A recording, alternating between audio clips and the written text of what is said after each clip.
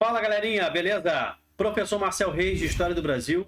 Vamos dar continuidade às nossas aulas. Hoje nós vamos falar sobre o ciclo do ouro e do diamante, né? A mineração no Brasil. Tá a fim de saber? Então cola comigo que vai começar a nossa aula de História.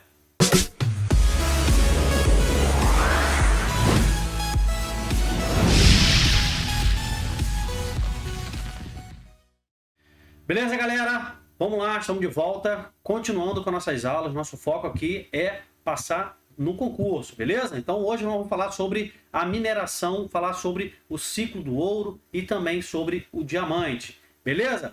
Então vamos lá, galera. Mineração. A partir do século 17, a descoberta de ouro e a extração de pedras preciosas na região dos atuais estados de Minas Gerais, Goiás e Mato Grosso alteraram profundamente a vida da colônia. O centro de interesse econômico deslocou-se dos engenhos do Nordeste para as Minas, região Centro-Sul. A notícia da descoberta de ouro ocorreu por toda a colônia, provocando uma verdadeira corrida em direção às Minas Gerais. Em Portugal, milhares de portugueses largaram suas terras para cruzar o Atlântico em busca de riqueza. Bom, o que eu quero mostrar para vocês? Que com a descoberta do ouro na região, né, das Minas Gerais, posteriormente na região também de Goiás e Mato Grosso, o eixo ou, né, o centro econômico do Brasil, ele sai do Nordeste brasileiro, onde estavam, né, a maior parte dos engenhos de açúcar, né, onde a economia então girava, era a principal atividade econômica do Brasil era a produção açucareira, mas por conta da decadência do açúcar, né, o eixo econômico se volta para as Minas Gerais. E isso vai fazer com que a região Centro-Sul ela comece, né, a sofrer um inchaço populacional. Muitas pessoas saíam do Nordeste para a região Centro-Sul e muitos portugueses vieram de Portugal para o Brasil, né, tentando se beneficiar da extração aurífera. Bom, a coroa portuguesa viu no ouro a possibilidade de recuperar a sua economia e tratou logo de ampliar o controle administrativo na região. Porém, já existiam, né, em vigor os Códigos Mineiros de 1603 e 1618, promulgados pelas ordenações filipinas durante o período da União Ibérica, onde estabeleciam a livre exploração das minas, desde que fossem recolhidos à Real Fazenda 1/5 da extração do ouro. Então, olha só, mesmo antes de se descobrirem ouro no Brasil, né, ouro, pedras preciosas e tudo mais, já existia um documento que regulamentava a extração desse material, que estavam previstos nos Códigos Mineiros, que foram então editados na época da União Ibérica pelo rei Filipe. Então, mesmo que não houvesse ouro, mas já existia um documento que dizia o seguinte: a exploração do ouro ou de pedras preciosas, ela seria livre, ou seja, qualquer colono poderia então extrair esses metais e pedras preciosas, desde que pagasse os impostos devidos, né? E assim então, quando descobriram as minas de ouro no Brasil, a exploração era livre. Isso fez com que então as pessoas passassem, né, a explorar o ouro de forma livre e pagasse, né, o imposto devido, que era 1/5. Bom, no entanto, após a descoberta de grandes jazidas no interior do Brasil, foi criado, através do Regimento de 1702, a Intendência das Minas, órgão subordinado diretamente à coroa portuguesa e encarregado de fiscalizar a atividade mineradora, cobrar os impostos e julgar os crimes relacionados à mineração. Atenção, galera! A Intendência das Minas foi criada pela coroa portuguesa através de um regimento do rei, né? Regimento de 1702, onde esse órgão estava ligado, subordinado diretamente à coroa portuguesa, ou seja, não estava subordinado à administração colonial, tá? Ou seja, não estava sob a responsabilidade do governador-geral ou do provedor-mor, né, do Brasil. Não, estava subordinado diretamente à coroa portuguesa. Ou seja, a administração colonial não tinha qualquer gerência sobre a intendência das minas, fiscalização, nada disso. Quem fiscalizava era diretamente a coroa. Bom, ao encontrar então a mina, né, a mina de ouro, o descobridor daquela mina deveria informar imediatamente a intendência das minas, o qual enviava à região um funcionário para demarcar os lotes de exploração, conhecido como datas. Então, datas era o lote onde seria então explorado, né, o ouro. O descobridor teria direito de escolher as 2 primeiras datas. Em seguida, a intendência das minas escolhia as datas reservadas à coroa e, por fim, eram então distribuídas aos mineradores interessados as datas restantes. Então, o descobridor ficava com as primeiras datas, lógico, os lugares melhores, né, para explorar. E os demais ficavam então a cargo da coroa portuguesa, que passava então, né, para os exploradores interessados. Em 1719 foi criada então a Casa de Fundição, aonde o ouro era fundido em barras e entregue ao minerador já reduzido do imposto real, o quinto. A circulação de ouro em pó era proibida, vindo a se tornar o principal meio de contrabando do ouro brasileiro. Então, para evitar a sonegação do imposto sobre o ouro, né, a Intendência das Minas cria as casas de fundição. Era um lugar onde o minerador era obrigado a levar o ouro que ele então, né, extraiu. Lá esse ouro era derretido, né, separado a sua quinta parte, que era o imposto da coroa, e era entregue ao minerador esse tipo aí de ouro, né, um ouro já derretido, marcado com o brasão, né, da coroa portuguesa, e aí então demarcado com o peso, o ano, né, e toda a demarcação mostrando que esse ouro era um ouro quintado, ou seja, era um ouro que já foi, né, retirado a sua quinta parte. E era somente assim que era possível transportar ouro naquela época. Fora disso, era contrabando. Ouro em pó, ouro em pedra, em pepita de ouro, era proibido transportar. O ouro tinha que ser transportado desta forma que nós estamos vendo. Bom, os principais métodos de extração do ouro eram a faiscação, pequena extração feita por homens livres, caracterizada por uma atividade nômade nas margens de rios e riachos. Esse método também é conhecido como aluvião, né? Método de exploração de aluvião. Por quê? Era feito de forma simples, né? Geralmente era um minerador ou no máximo um ou outro ajudante, né? Feito em lugar de fácil acesso, geralmente na beira do rio, né? Na beira de riacho, como a gente está vendo aqui agora, com instrumentos, ferramentas rudimentares, pequenas ferramentas, né?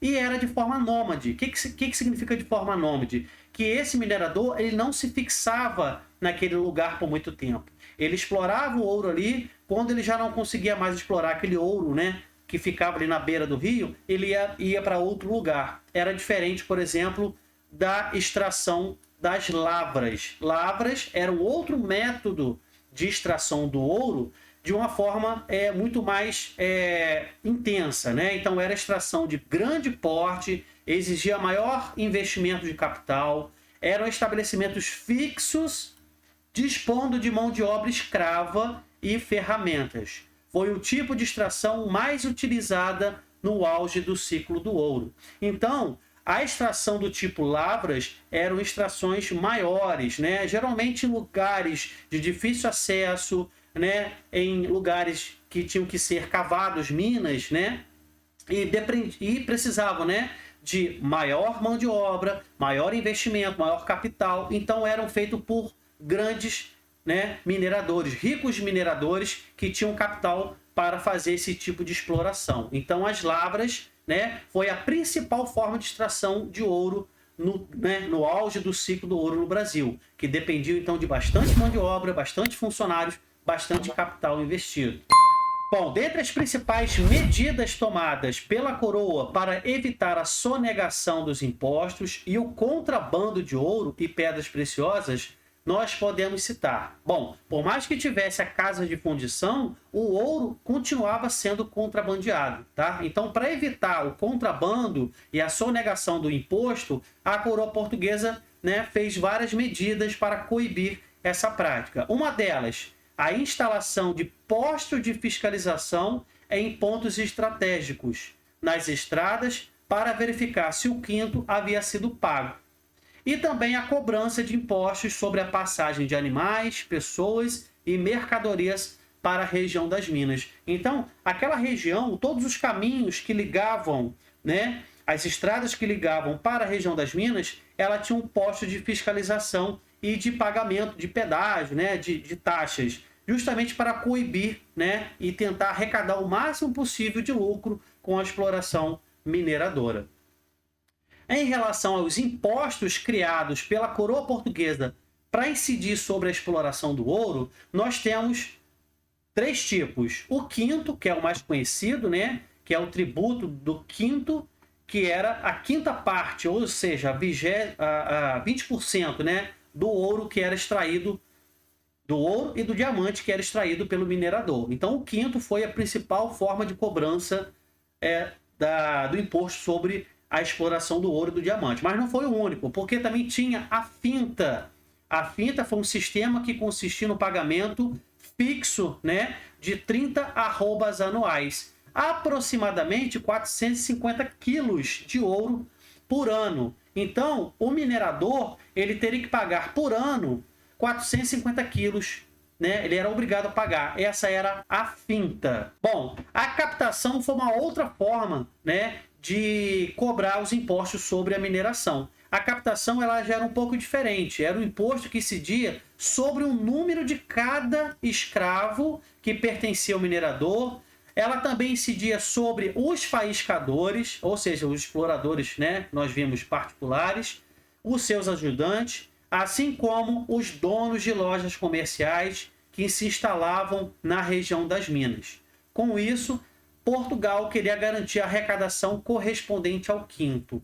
Então, o imposto da captação ela incidia sobre a cabeça, sobre o número de pessoas, né? Sobre a unidade de pessoas que está trabalhando na mina. A captação tem a ver com captação, ou seja, cabeça. Vou decapitar, vou arrancar a cabeça. Então, a captação é cobrada sobre o número de cabeças de pessoas que trabalham nas minas. E ela incidia não só sobre o grande minerador que tinha escravos, né? Ela incidia também sobre o faiscador e também sobre as lojas comerciais, ou seja, os comerciantes que se estabeleciam em volta das minas. Cabe ressaltar, isso é muito importante, que esses impostos não foram instituídos de forma conjunta, ou seja, quando um imposto era decretado, o outro era extinto e vice-versa. Então, ou era o quinto que estava em vigor, ou era a finta, ou era a captação. Esses impostos não eram cobrados de forma juntas, de forma conjunta, né, uma com a outra, em sim, uma ou a outra. Bom, na questão social e cultural, a mineração também trouxe grandes transformações para o Brasil. A mineração provocou grandes mudanças no Brasil colonial. Ocorreu um processo de urbanização e estímulo comercial, assim como a vida cultural e intelectual. E aqui a gente traz, né, uma representação desse crescimento cultural e artístico, como uma imagem aqui, por exemplo, produzida pelo Aleijadinho, né? E também falando sobre o arcadismo no Brasil. E aqui alguns representantes, né, desse movimento arcadista, né, no Brasil. Bom, nesse mesmo período, ocorria na Europa transformações significativas na economia provocadas tanto pela Revolução Francesa, tanto quanto pela Revolução Industrial. O capitalismo industrial e o livre comércio entraram em choque com o sistema colonial e sua estrutura monopolista e o pacto colonial.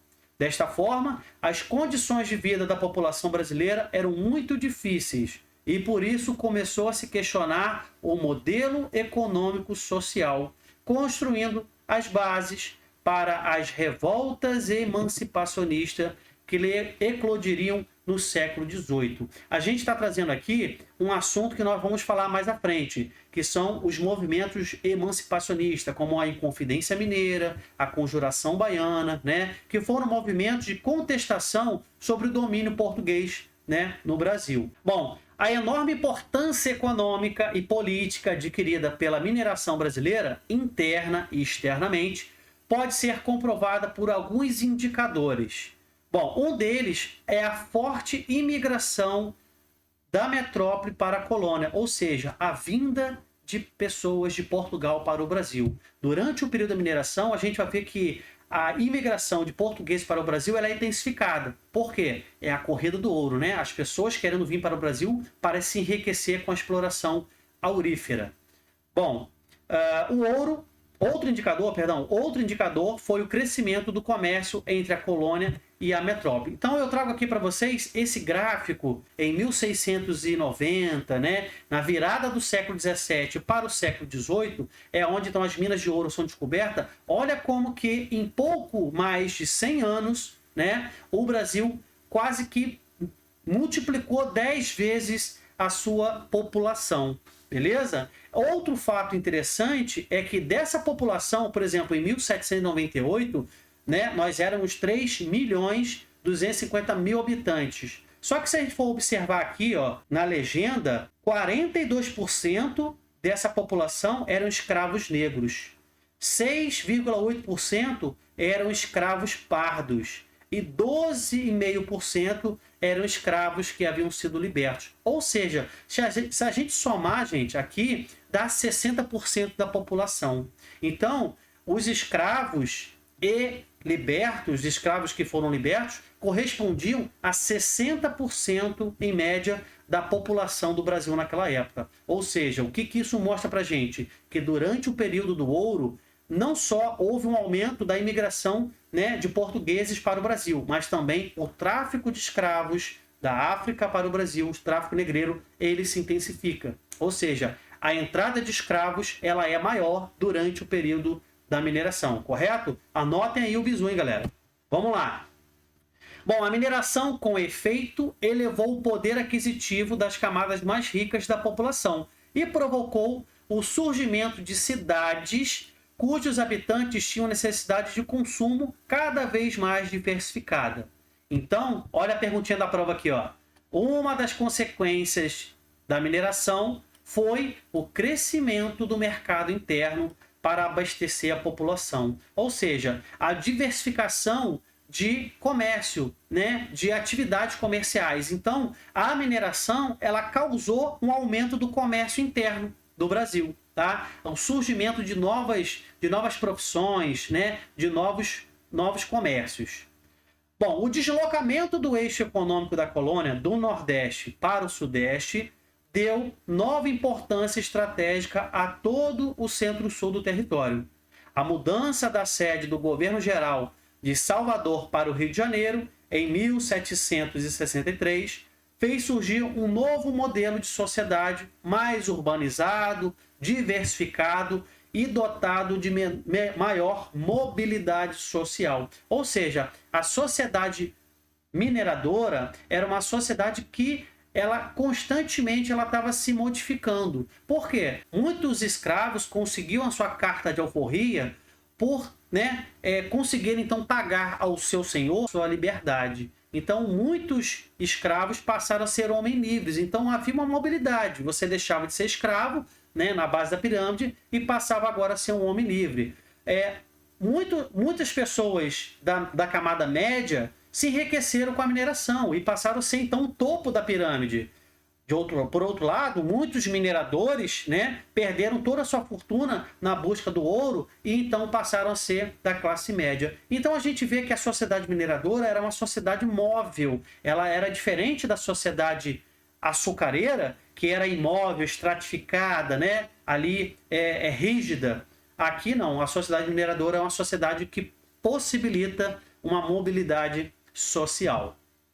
Outro importante índice, né, da mineração pode ser verificado na ampliação da burocracia colonial, com a criação de novas capitanias, novas comarcas e órgãos administrativos. De fato, a mineração trouxe uma remodelação também da estrutura administrativa, né, governamental no Brasil. A gente vai ver que vai ser criado a Capitania de São Paulo em Minas do Ouro, depois vai ser criada a Capitania de Minas Gerais, ou seja, novos cargos, né, cargos públicos, a estrutura, né, administrativa ela vai se ampliando e a mineração ela também causa isso.